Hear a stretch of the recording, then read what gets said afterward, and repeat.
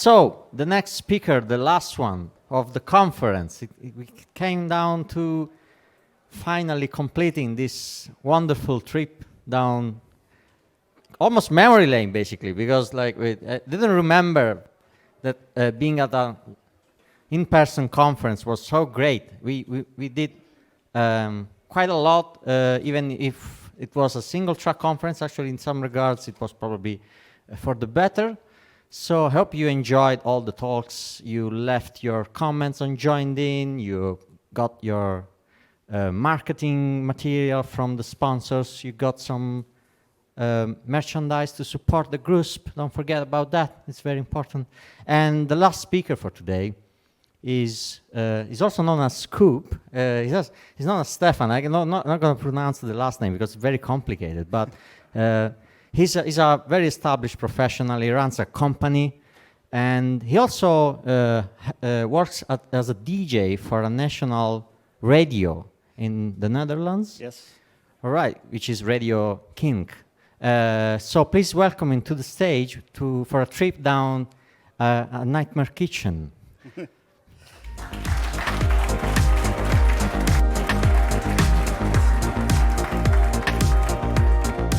All right. Hi, everyone. My name is Stefan Koopmanschap. Welcome to the last talk of this conference already. I hope everyone has enjoyed. Okay, let's do a show of hands. Who enjoyed this conference? I see every hand going up. This is a nice view from up here. So a big thank you to the organizers of phpday for that. Yeah.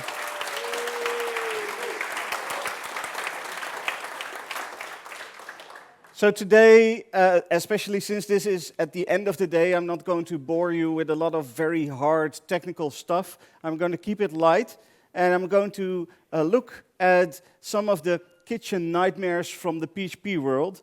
I'm going to show you a bit about, things that happen inside our kitchens, inside our development kitchens, and how we can solve them. First of all, my name is Stefan Koopmanschap. I'm from the Netherlands. I run a company called Ingewikkeld together with my wife and a friend, Mike. We do a lot of PHP stuff, and I've been doing that for quite a while. I started with PHP 3. This is me, by the way.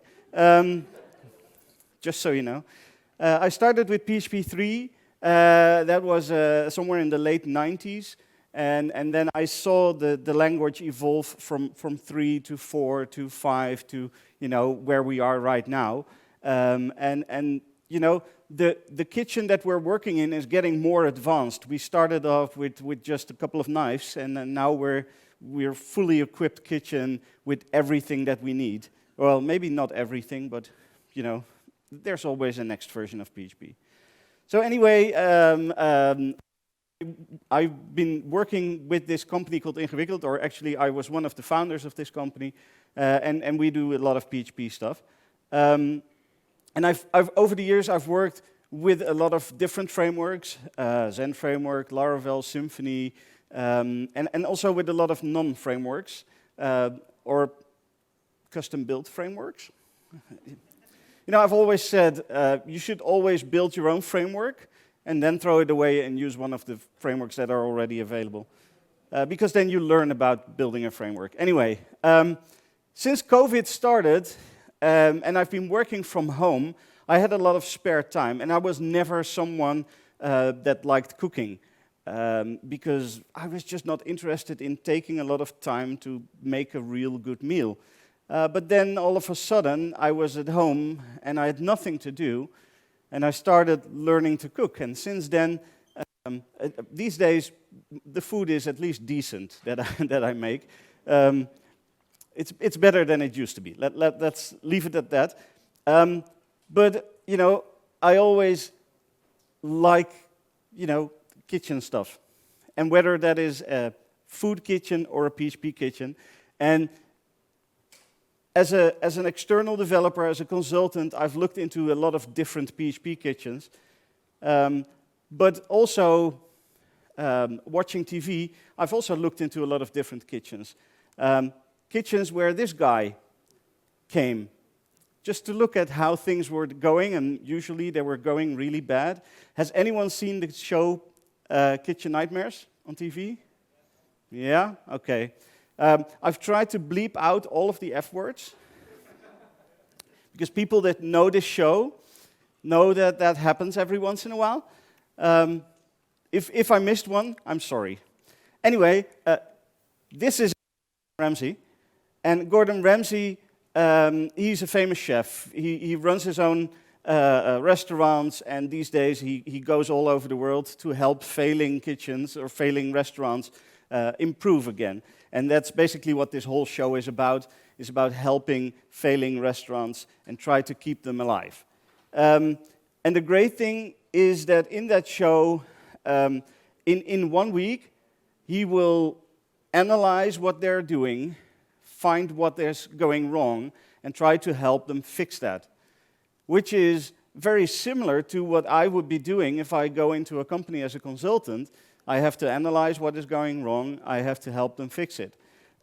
So while I was watching the TV show, I was noticing, wait a minute, there's quite a few parallels between what I'm seeing on the TV and what I'm actually doing myself. And that's basically where this talk came from. So we're going to go through a couple of situations from that TV show. And we're going to compare that to situations from the PHP development world. We've got a couple of different situations. The first one is to keep your kitchen clean. First fragment that you'll see is from a restaurant called Dylan's. It's in the USA. And if you've got a weak stomach, I have to warn you, you might want to look the other way every once in a while. What's that smell? What? What is that? Is that for rats or mice? Food for the catch a rat. It's rat droppings. Look at them all, everywhere. Rats. Rats. Oh my good God. Look at the cockroaches. Oh my God, look. I got one in my hair. It's cockroaches. Boxes full of them. Look. Look at them all. Oh. No. Oh my God. Oh no. Look at that! Oh my God. Look at them. There you go. Mohammed.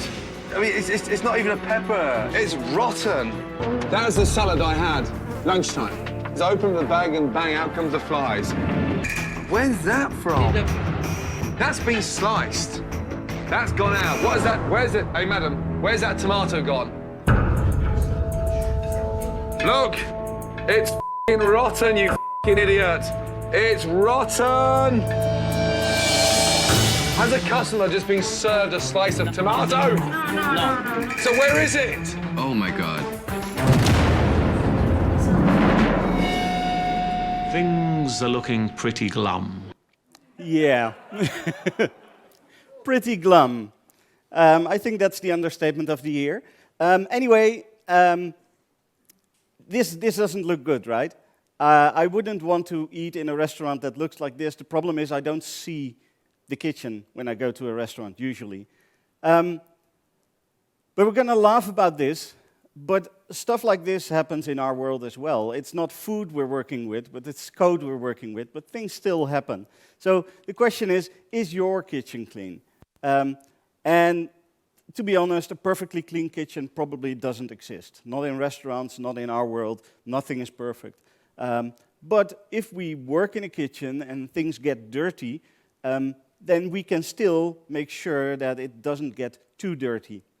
We can make sure that we clean up stuff before it gets rotten, before we serve a slice of rotten tomato to our customers. So let me just go through a couple of questions that we can ask ourselves. How much technical debt do we have? Because the more we get, the more problematic it gets. How often do we update our dependencies? Are we using maybe an unsupported version of PHP, or maybe of libraries or frameworks that we are using? Okay, when I say clean, I mean clean, yeah? Guys, let's go. These guys are professional steam cleaners, yeah? Guys, kitchen straight through there. It wasn't just cleaners, it was cleaners plus. They're dressed like people from Star Wars, for God's sake. And you guys are doing it with them, yeah? Oh, God. Phase 1 of Gordon's mission, to seek out and destroy all moldy, rotten, and contaminated foods. We've got work to do. The next phase of Operation Sterilize, steam clean every square inch of the kitchen. Now, this is not something you want to do. You don't want to get the outside forces in to sterilize everything and clean everything, so you need to prevent that. So let's keep that kitchen clean and talk a bit about technical debt. There's a couple of things that we can do about that. First, let's start with our day-to-day work. If you're working in a kitchen the whole day and you're making dishes and making dishes and making new food every time, stuff gets dirty. But if you have a good kitchen, then as soon as they finish the task and something is dirty, they clean everything up. Now, in our day-to-day work, we do a similar thing. We write code, and sometimes we take a shortcut or we have to fix something quickly, things like that. But we can do something about that. Like the Scout rule, leave things cleaner than you found them. As soon as you start working on a bit of code, make sure that if there's something that can be improved in that code and it can be done quickly, just fix it as part of your work. You don't have to spend extra time on fixing it. Just do it as part of your normal work. And for bigger things, make sure that at least you create some kind of task. You put it into Jira or into your to-do list or wherever you keep track of your tasks, but document that something is wrong in this part of the code and that at some point when you have some time, you need to fix it. Because then at least you know where there is a problem. Instead of that you walk into a fridge and you look behind something and all of a sudden there's a moldy mess down there. You don't want to have that, so you need to know where the problem is before you can solve it. And get yourself some help. Tools like Rector can really help you with some of the tasks that are relatively easy to fix. Now, if you talk about dependencies, you need to look at the stuff that you're using that you're not maintaining yourself. Evaluate the dependencies on a regular basis and, if necessary, update them. Because when was the last time that you ran Composer Update? Might have been a while ago. I mean, to be fair, to be honest, sometimes I do that as well. I forget to check if there's new versions of dependencies, and it takes a while. And maybe there's a couple of new versions out, and it's going to be a lot of work to upgrade to a newer version, where if I did it earlier, it would have been a lot easier. The smaller the step, the easier it is to update. That's basically what I said. You can also use a security checker to scan for security issues so that you get warned. You can run that automatically as part of your continuous integration so that you get a warning as soon as there is a security issue in one of the libraries that you're using. It's very easy to install, very easy to run. It doesn't have to take that long. And at least then, again, you are aware of a problem, so you can fix it. If you're not aware of the problem, you cannot fix it.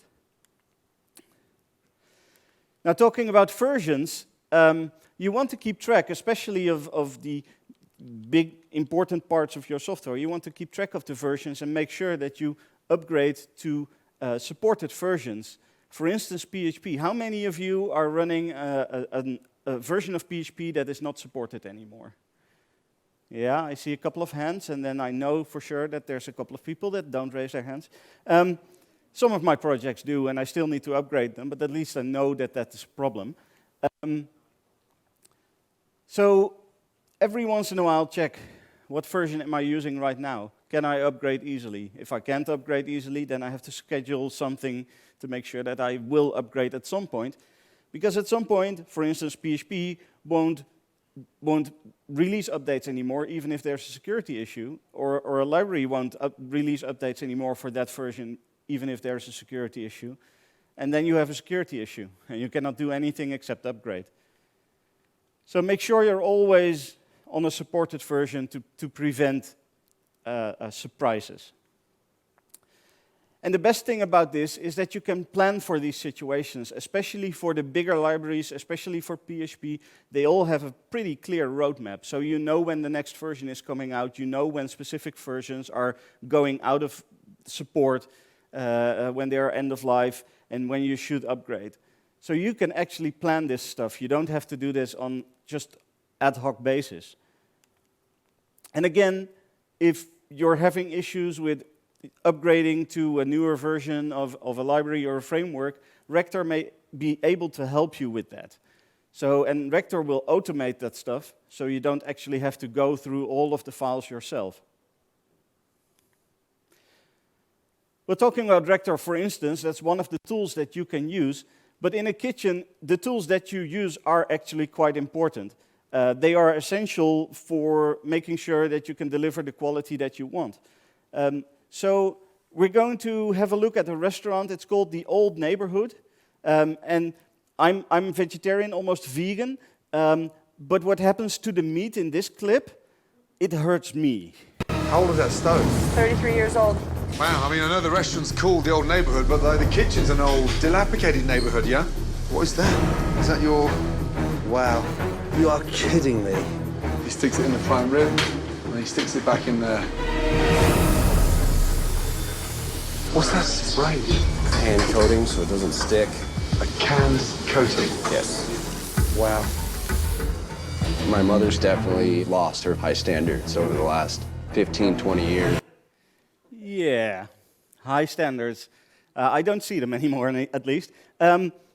She seems to have lost it, but of course, there can be a lot of reasons for having lost those standards, issues that they're running into or whatever, but still, we have to look at the quality, because if the quality falls down, then our customers stay away in terms of a restaurant, but the same thing can happen for development. You could also say that she's creative, because she has these tools that don't work that well anymore, and she's being creative by spraying and coating on it, so that she can work with the tools that she has. Yeah, the gear in this kitchen is so old that this might be the only solution she has left, and this is where we can compare it to development to make sure that we have the right tools.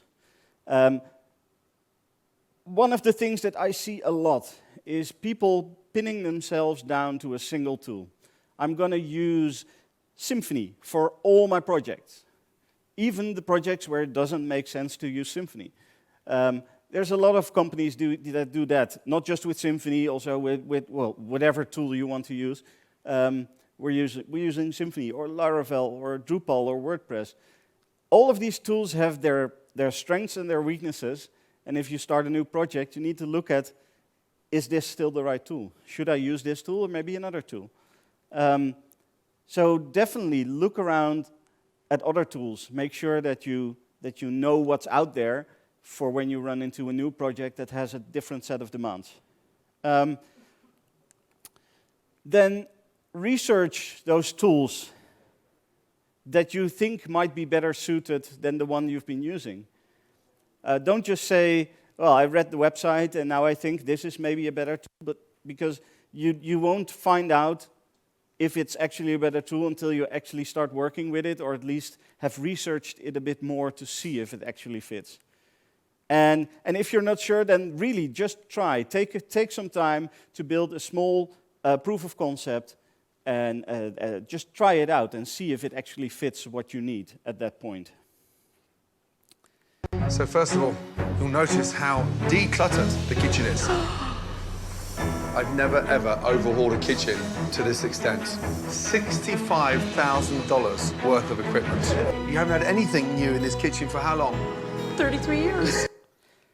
Can you imagine going 33 years with the same tools? I can't.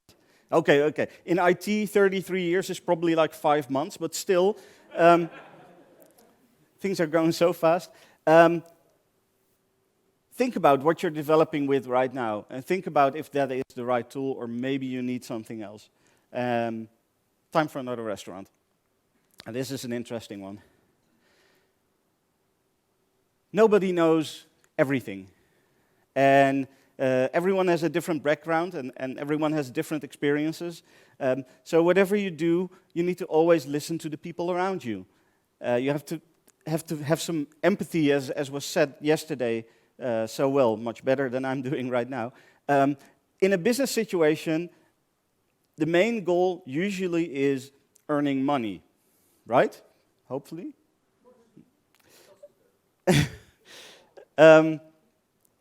And how do you earn money? By doing what your customer wants you to. So let's have a look at the Fenwick Arms. Fenwick Arms is a place that calls itself a traditional English pub. Now have a look. We'd like to point out, first and foremost, we're a traditional Old English pub. Is our menu for this evening? Thank you. Plus the additions of the day. Care for a wine list? Brian calls them additions rather than specials. Doesn't like to call them specials. But it's far from being a pub menu, is it? God. Red Johnson's corn-fed goose and our duck breasts, Ribble Farmhouse Savoy cabbage, Rossi potato, Wellington crispy apple chutney and Calvados jus.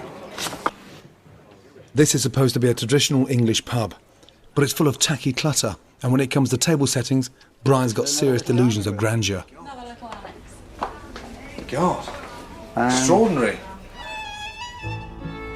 Not what I imagined as a pub. We used to have this just as a small dining room with 4 tables in it. God. Looks like you've got the Queen coming for dinner, no? Yeah. Is this a pub? I don't think so. Anyway, first of all these empty tables that we're seeing, that's because the customer doesn't show up anymore, because it's not a pub. So what he's doing is not actually an English pub. The food is not English pub food. It's something completely different. And you know, there's a parallel to our development work in here, because developers, think about yourself maybe. Developers are stubborn people, right? They want to, you know, I am stubborn for sure. So let's learn a lesson about the fact that the customer is always right.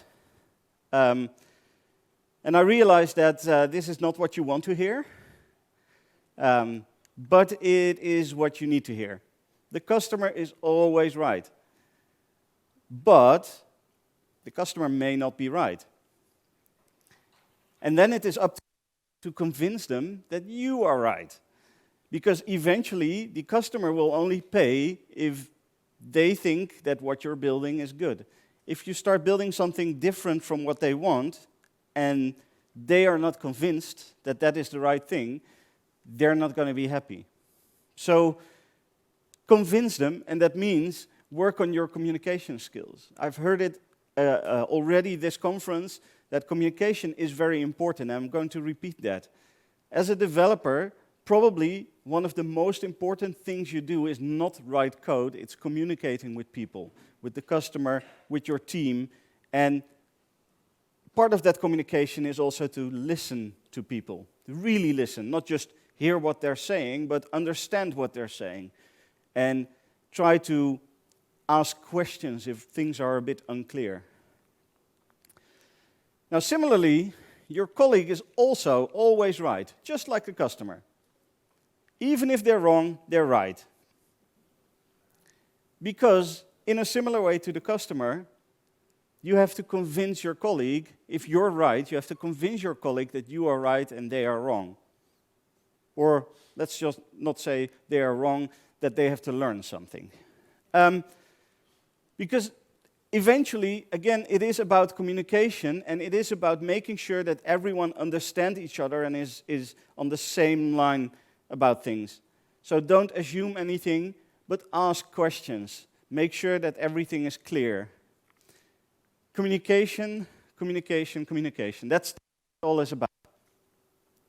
Okay, the next clip. This is great.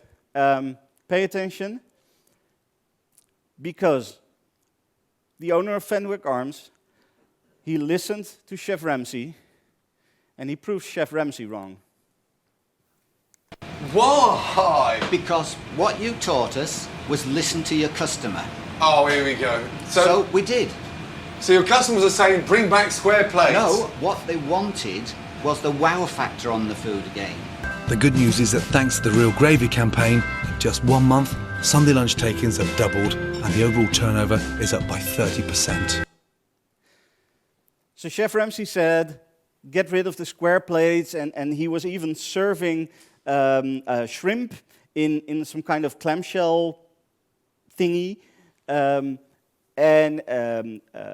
Chef Ramsay said, don't do that anymore. Don't do that, just use regular plates, make sure that everything is right. And then he didn't listen to Gordon, well, he listened to Gordon Ramsay saying, listen to your customer. And then Gordon Ramsay was like, okay. And now it's a relatively successful, or at least it was a relatively successful restaurant. I'm not actually sure if it's still open. That's the thing with kitchen nightmares. I think about 80% of the restaurants fail after all. I'm not sure about this one, but at least they tried. So this is also another important one, and you might think, well, I'm a developer, so I should care mostly about the code, but you couldn't be more wrong. The legal stuff is stuff that you need to think about at least, because you have a responsibility. Let's have a look at a restaurant called Bella Luna. Zario, what the is that? These are my, I don't serve these are mine. Disgusting. Hold on. That's broccoli rabe, left over from my brother's wedding. They're left over from your brother's wedding. Have you any idea how bad a turnip needs to go before it gets that bad? Touch that. Just touch it. Just. I'm not serving. We're not using it. Wait, it gets worse. Nobody throws anything out. I can't wait for the f***ing excuse. Have you any idea how bad a slice of veal needs to go that colour? Just smell that. What was that colour? It's a veal. Smells bad. How long is that there? It couldn't have been 2 days, Mom. Oh, off, 2 days. What in the f*** is going on? If you were examined tonight, what do you think would happen? Close you down. Close down. Can you go out there and apologise to every customer? Yes. I am shutting it down. Now, I'm not saying that you should know every letter of the law, but you can use some common sense. And in this case, if everyone knows that they're going to be shut down as soon as they get a checkup, and they're still doing it, why? I don't know. Does any one of you know who James Robert Liang is? No one. Okay. James Robert Liang was an engineer, and he used to work for Volkswagen. Does that ring a bell? Yeah, okay. He was one of the developers working on the software that scanned the emission tests of the cars. And he got convicted to 40 months in prison for his part, even though he was just a developer, because he could have known that what they were doing was wrong. Now, I'm not saying that this happens everywhere. I'm not saying this is a real risk, but at least you have to have some common sense in terms of what are we doing here? Is this actually allowed? Because the law is always right, and you do have a responsibility on different levels, not just about the software that you write, but also about how your company deals with situations, how they deal with the people that work for them. So if you see something that's wrong, speak up. Most companies have someone that you can talk to in case something is going wrong, or otherwise you can always find external help. But you have to speak up, whether it is about the software that you're writing, which may be doing things that you shouldn't be doing, or if something happens on the work floor in terms of, sexism, discrimination, that type of thing, you can still talk about that and speak up about that, because you do have a responsibility. Everyone has a responsibility to make sure that we're doing the stuff that we need to do. What a night. My mother and my 2 sons moved from New York to Easton to open their dream restaurant 3 years ago. But truthfully, they were not ready for such a big challenge. But now, they have the roadmap on how to succeed. But what they really need more than anything is the discipline to follow it through. Yeah, the discipline is very important to make sure that you're always, aware of stuff that's happening and aware of your responsibility. Now, we've been talking about the rules. Let's talk about breaking the rules, or making the rules. We're going to have a look at a restaurant called the Burger Kitchen. It's a restaurant that's selling mostly, burgers. But the restaurant doesn't have a normal chef. Their chef is an executive chef. That sounds really fancy. But the problem is when Chef Ramsay comes by and he tastes the burgers, they're all bad. They're bland, they're horrible. And when Chef Ramsay confronts the executive chef with the problem that it tastes like nothing, he gets the following response. I follow the recipes as I am told by the owners, and if I try to change the recipes, I am tossed out of here.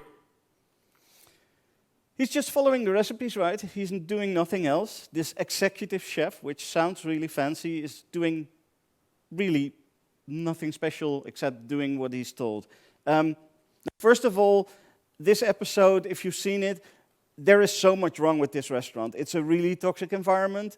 It was so bad that instead of one episode, they had to take 2 episodes to talk about this restaurant. But there was a lot of things were wrong with this restaurant. But the one thing that I felt was really interesting here was the fact that this chef was just saying, well, I'm just following orders, right? So I can't be wrong.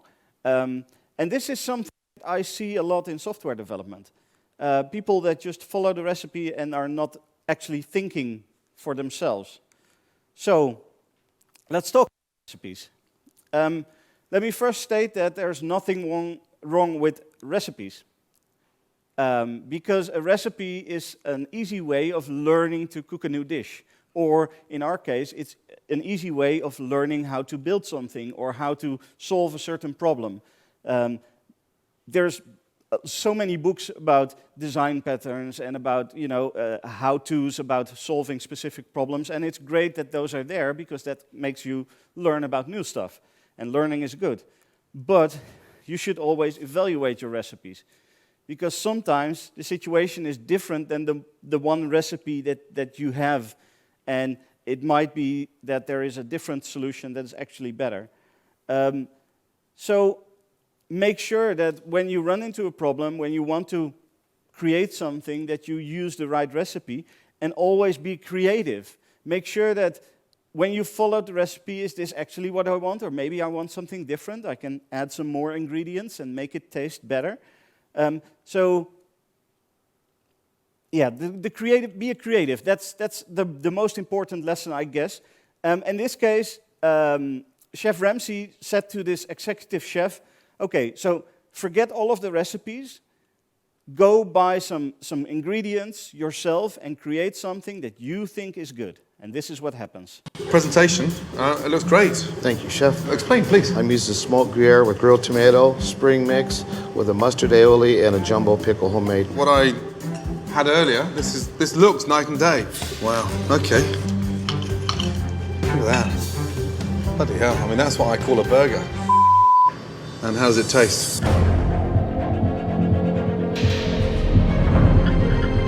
It's delicious. Thank you, Chef.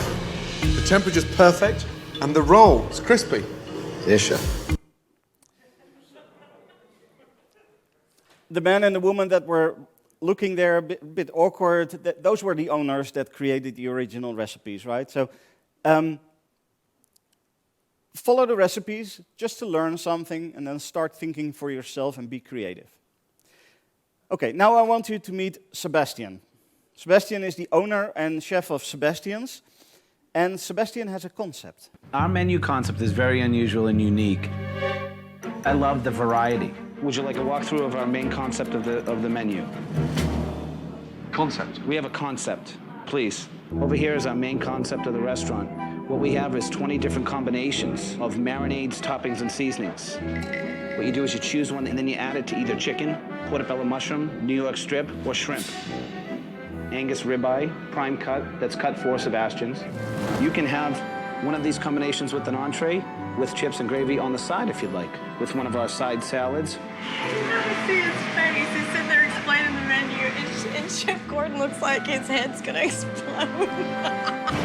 Available at any point in time. We have a half-pound Angus prime burger. I had actually 20 more. Are you serious? Yes, sir.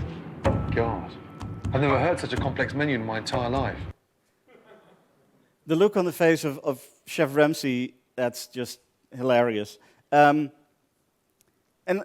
we're all laughing, but we should think about what we've done in the past time in terms of development. Are we making simple things or are we making complex things? So what was the last time you created a simple PHP script? No libraries, no frameworks, just a simple script that executed a simple task. Last week. Okay, well, in your case, that's good. No? Okay, let's move on then. When you create a new project, how do you start? Do you immediately install Symfony or Laravel, or do you immediately create a full Docker setup for your project? How many people do that every time they start a new project? Okay, not a lot of hands. I'm not going to shame you, okay? I'm just trying to create awareness. So when you deploy your application, where do you deploy it to? Do you deploy it to shared hosting, or do you deploy it to Amazon or a Kubernetes cluster for your simple WordPress website? That's questions that you can ask. You know, what am I doing? Is what I'm doing actually as simple as I could do it, or am I adding complexity without having to add the complexity? So let's keep it simple. Because as a developer, we have a tendency to overcomplicate stuff. One of the things that I a lot of the times do is immediately install Symfony and make sure that there's a Docker container running, even if I want to create a simple command line script, which is definitely overcomplicated, right? Why do I deploy a simple website into a Kubernetes cluster? Well, in my case, because I have the cluster up and running anyway. But yeah, it doesn't have to be that complex. And there is definitely a lot of use for adding Elasticsearch or MongoDB or Neo4j, but maybe the solution that you're trying to build could also be done with a simple PHP script and maybe a MySQL database. We don't have to overcomplicate the stuff.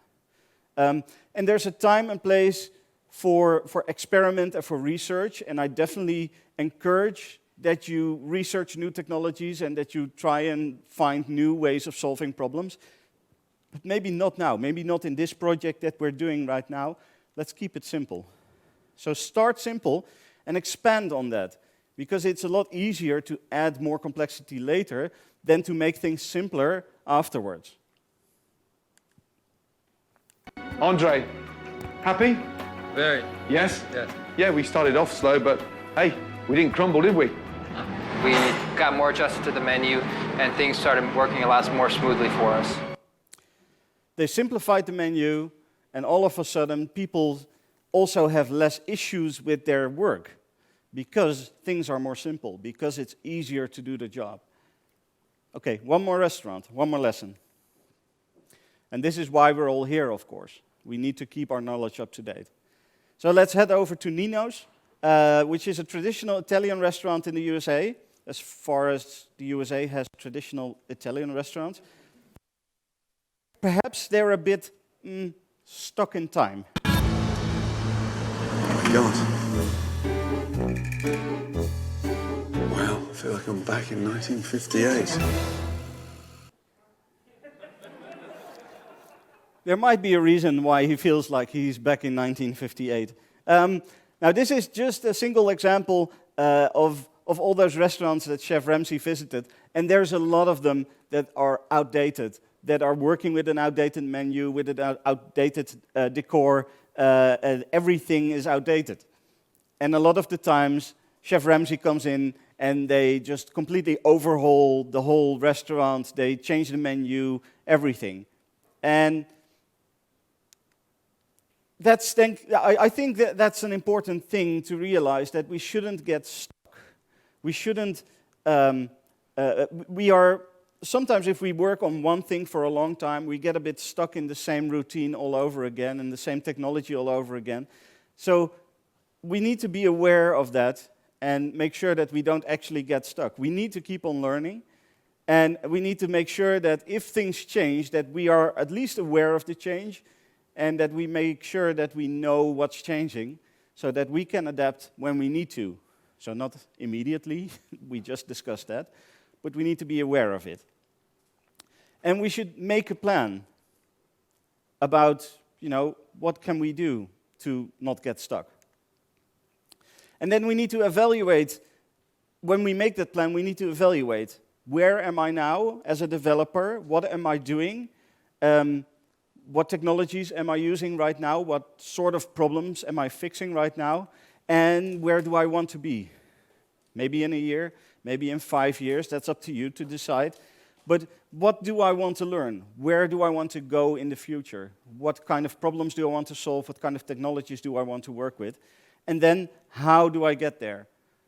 Make a plan for yourself to make sure that you keep on learning, keep on developing, make sure that you are always up to date, because otherwise you'll be a restaurant from 1958. When the family is ready to move forward, Chef Ramsay gives this restaurant its first facelift in over half a century.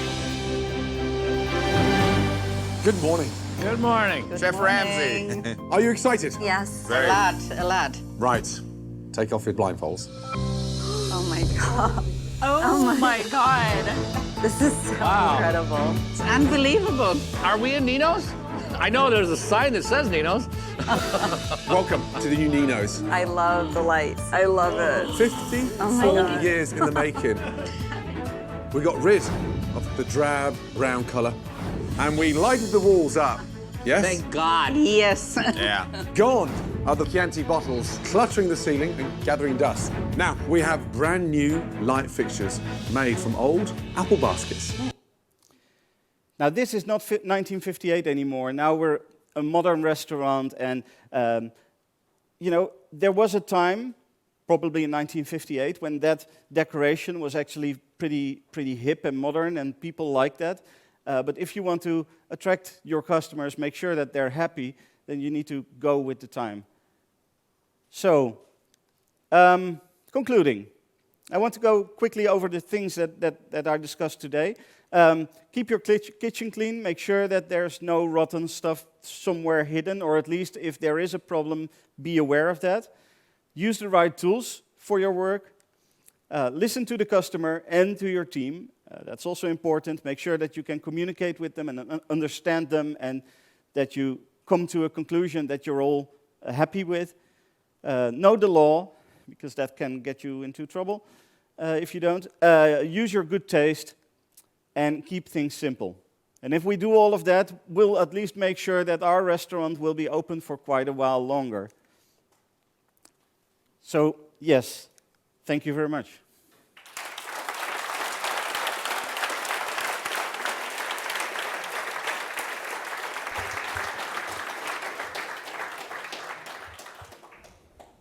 All right.